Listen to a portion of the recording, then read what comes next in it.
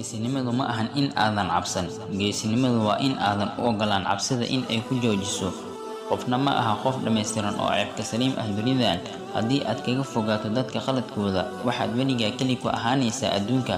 Xukmi wax yar, jeclo wax badan. Markastoo aad istiraahdo maanta maalin xun ayay ii tahay, xusuusno oo qof meel kale jooga uu la halgamayo naftii oo kasii baxaysa. Ku shukri Alle in uu ku siiyay fursad kale oo nolosha ah maanta.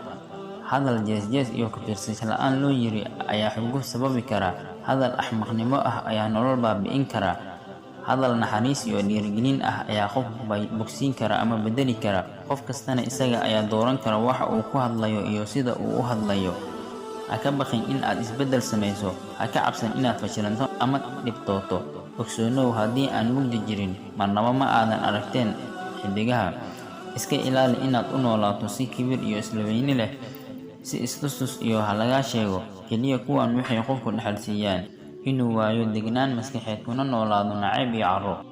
Geedku waxaa lagu qiimeeyaa miraha iyo harka uu bixiyo. Bini'aadamka waxaa lagu qiimeeyaa ficilada ay sameeyaan.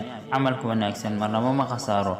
Qofka beerta aadaab iyo habdhaqan wanaagsan wuxuu gurtaa miraha xushmada iyo jacaylka. Ka fogow xanaaqa, adiga kaliya ayay ku dhaawacaysaa. Maxaad la caroonaysaa? Haddaad saxan tahay looma baahna inaad xarooto. Haddii aad khaldan tahay, xaqba uma lihid inaad xanaaqdo.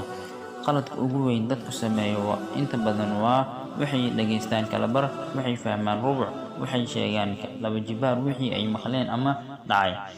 Caqabaduhu kuma joojin karaan, dhibaatada kuma joojin karto, dadku wax ka sheegay kuma joojin karaan. Adiga kaliya ayaa naftaada joojin kara. Dadku qaarkii waxay isku dayaan in ay banaanka soo dhigaan wixii ka khaldan, sababtoo ah ma xamili karaan mana aqbali karaan wanaagga iyo waxa saxda ah ee aad